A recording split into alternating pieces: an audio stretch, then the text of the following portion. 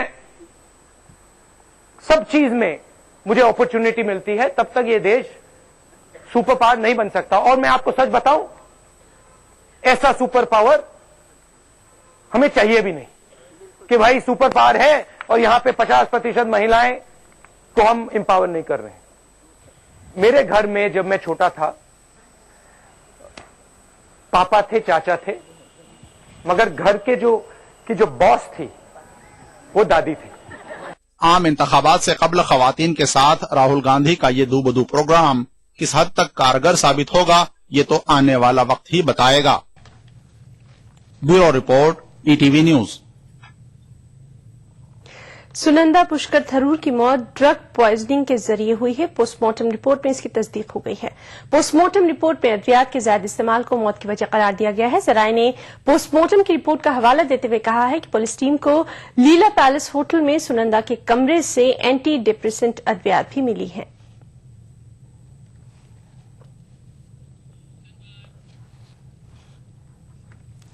تہلکہ جنسی ہراسانی معاملے پر ہالی ووڈ اداکار رابرٹ ڈی نیرو نے گوا پولیس کے سوال نامے کا ابھی تک جواب نہیں دیا ہے.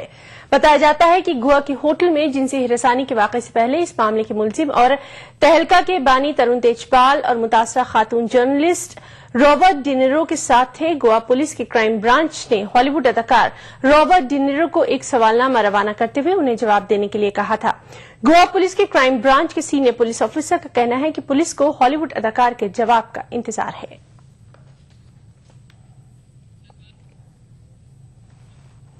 جموں کشمیر کے اننت ناگ میں شمپورہ قاضی گنڈ علاقے میں آج ایک انکاؤنٹر میں حزب المجاہدین سے وابستہ ایک ملیٹنٹ مارا گیا. گزشتہ رات حفاظتی فورسز کو علاقے میں ملیٹنٹوں کی موجودگی کی اطلاعات ملی تھی, جس کے بعد فوج کی 9 راشٹریہ رائفلز, پولیس اور سی آر پی ایف نے مشترکہ کارروائی کرتے ہوئے سیکورٹی فورسز نے گھر میں چھپے ملیٹنٹ کو مارنے کے لیے گھر کو آئی ای ڈی کی مدد سے زمین بوس کر دیا. پولیس کے مطابق مہلوک ملیٹنٹ کی شناخت اننت ناگ براکپورہ کے جاوید سلفی کے طور سے ہوئی ہے.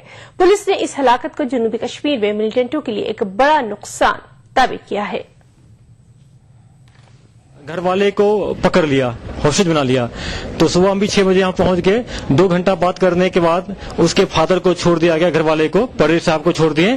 پھر اس کے 1 گھنٹہ بعد اس کے بیٹا فاروق کو چھوڑ دیا گیا. اس کے بعد 3 گھنٹہ تک بات کرتے رہے فون سے. گھر والے ہی بات کیے ان سے کہ آپ گھر سے باہر نکل جاؤ, گن پھینک دو, سرنڈر کر جاؤ, ہم آپ لوگوں کو سرنڈر لے لیں گے. لیکن اس کے بعد ملٹن نے گرینیڈ ادھر سے پھینکا, فائرنگ شروع کر دیا. تو 9:50 میں فائرنگ شروع کی. انکاؤنٹر فائرنگ کافی دیر چلا, تو اس سے بھی ملٹنٹ اس میں نیوٹرلائز نہیں ہو سکے. تو بعد میں آئی ڈی یوز کیا گیا, آئی ڈی سے گھر گر گیا. جنوبی کشمیر کے ڈی آئی جی نے مزید بتایا کہ مہلوک ملیٹنٹ جموں سری نگر قومی شاہراہ پر ایک بڑے حملے کی سازش کر رہا تھا. پولیس نے کہا کہ اس کی ہلاکت ایک بہت بڑی کامیابی ہے. ان کا نیشنل ہائی پر ٹارگیٹ کرنا تھا. ہم لوگ کو پہلے بھی انفارمیشن مل رہا تھا کہ این ایچ پر کوئی بڑا حادثہ کرنا تھا, آرمی, سی آر پی یا پولیس کی کنوائے پہ اٹیک کرنا تھا یا کسی وی آئی پی پہ اٹیک کرنا تھا.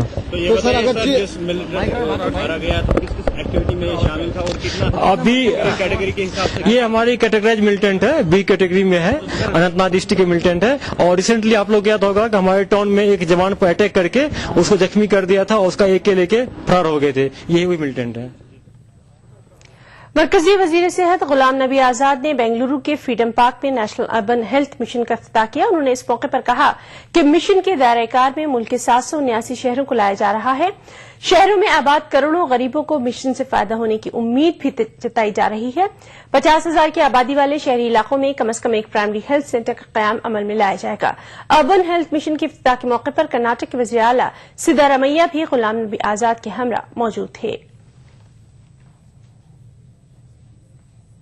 Size of urban area is increasing almost every year, and more people, the number of people who are poor and those who are living in slums, their number is also swelling up, both in terms of number of slums and in terms of the population.